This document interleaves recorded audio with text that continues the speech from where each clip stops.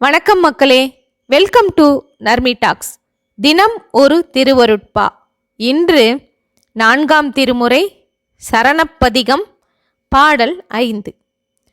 ஆனேறி வந்து அன்பரை ஆட்கொள்ளும் ஐயனே, எம்மானே, மணிமன்றில் நடம்புரி வள்ளலே, செந்தேனே, அமுதே முதலாகிய தெய்வமே, நீ தானே எனை ஆண்டருள்வாய், நின் சரண் சரணே.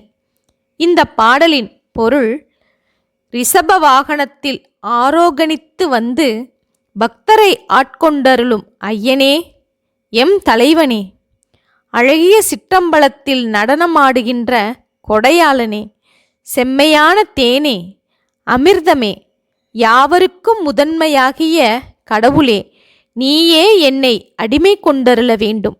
உன் திருவடிகளே எனது அடைக்கலம் என்கிறார்.